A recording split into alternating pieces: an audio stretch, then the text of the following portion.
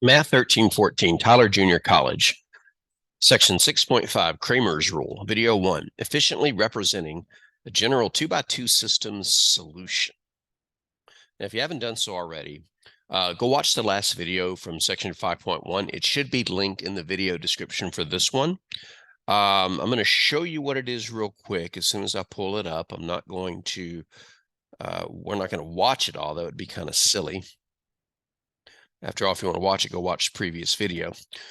But in that video, and I'm just going to show you real quick. In that video, I'll go ahead and start it so I can do this. I'm not going to watch it all, but we basically are solving a generic 2x2 system where we replace all the coefficients with A, B, C, D, E, and F. And we go through the process of solving it, which I'm not going to show you here because that's the point of that video. And at the end, what we end up getting is a representation. Pause. We get a representation up here in the upper right corner of the solution of that generic system. But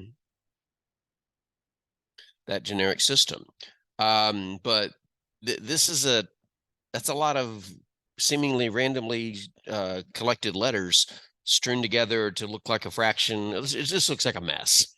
And to expect somebody to say, well, if your system looks like ax plus by equals c and dx plus dy equals f, then your solution is this ordered pair. I think that's a little bit unreasonable. So is there any way we can make it easier? Well, yeah.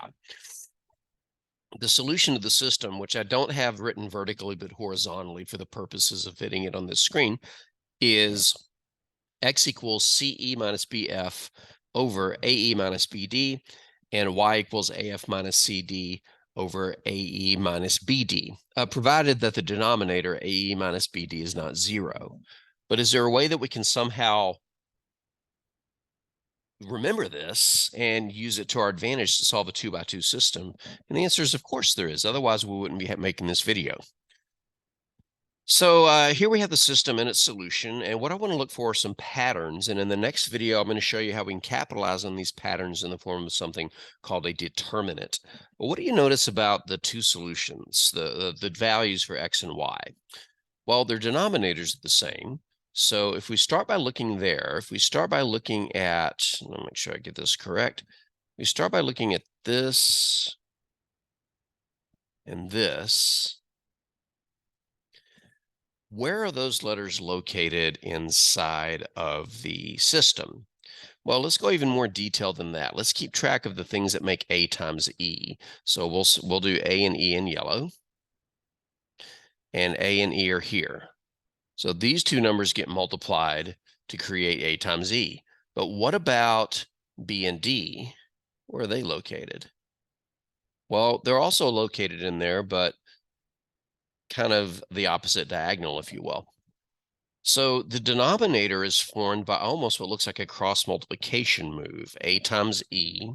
So in other words, we do something like this, A times E and B times D, and then we subtract the two results.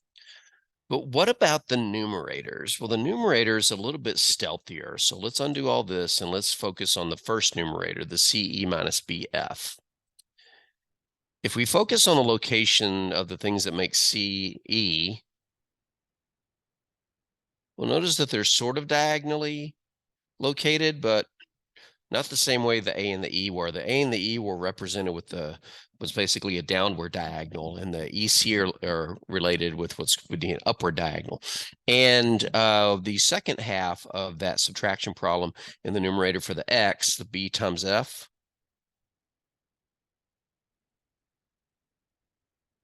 is also diagonally related. And so it almost looks like we're doing another sort of cross multiplying thing again, where we would go this product minus that product. But the problem is that the one we had for the denominator went this diagonal, and I'm going to do the first one in red and the second one in blue so you can see the contrast. The one for the denominator was that product minus this product, But the one for the numerator is this product minus this product. And if you keep in mind that the red one was done first and the blue one was done second and the results were subtracted, then it's a little inconsistent in the sense that when we do the one in the denominator, we go down this diagonal first and then subtract that diagonal's product. But when we do for the numerator, it's going up the diagonal and then down the diagonal and subtracting that product. It would be nice if we could consistently do it this way minus that way. And you'll have to forgive me if I'm crossing it backwards because I have the image flipped for my benefit, so that when I raise my right hand, it's showing up on the right side of the screen for me. But when we go this way, okay, I believe that you're seeing the same thing that I'm seeing on my screen. So yeah, when we go this way and then this way, I'd like to do that consistently when I do this difference of these cross products, if you will. So how can we fix that? Well, we could fix that if these letters were not here, but they were here instead. So in other words, if we could take these two and put them here where the x coefficients used to be, then it would be the correct diagonal product difference. And you'll notice it'll be the same way when we look at the numerator for the y, because if we look at the numerator for the y starts out a times f. And they're not actually next to each other, so when we do this diagonal move, it's kind of way far apart, although it is going downward in the correct direction. And when we multiply the second half of the subtraction problem, c times d, it again is going this direction. I don't know why I used red when I could have used yellow. The point I'm trying to make is this. For all parts of the numerators and denominators, there seems to be this cross-multiplying aspect and a subtractive nature. However, on the y's, and let me put them back. On the y's, it would look a little bit better and a little bit more consistent if these numbers were here instead, where the y's are. Because if they were, then the diagonal products, oops, I just killed everything. If they were, then the diagonal products would be here, this one minus that one. So I think there's a way to set up all the different subtraction problems and multiplication problems so that we're consistently doing the same thing. And to remind you what that thing is, I'm going to go back to the original denominator, AE, which is the product going this way, minus BD, which is the product going the other way. You probably hear my phone dinging in the background. That's okay. So if we can set up some sort of gimmick that says when I've got these four numbers in this square arrangement, please do the following. Multiply diagonally this way, multiply diagonally that way, and then subtract the results. So if we can do that, then we're good. So what do I mean by that? Well, what is a, and for lack of a better word, we'll say gimmicky way. What is a gimmicky way to remember which numbers to multiply, then subtract their products? So I want to focus on the A, B, D, E thing that's sitting right here. In fact, I'm going to draw this. If we were to just ignore the X's and the Y's and just look at the A, B, D, E,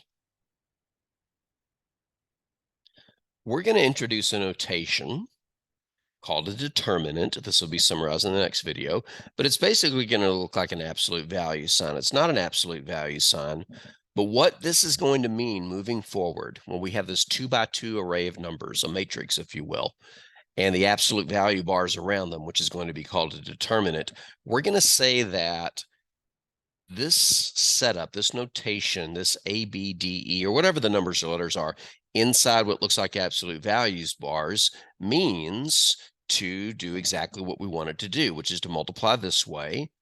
So A times E, and then minus what we get when we multiply the other way. So minus B times D.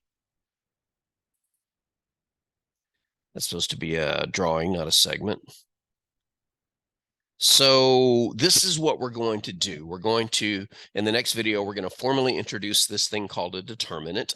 And then in the video after that, we're going to go back to the generic system of equations and explain how to set up a ratio of determinants that will solve the system almost instantly.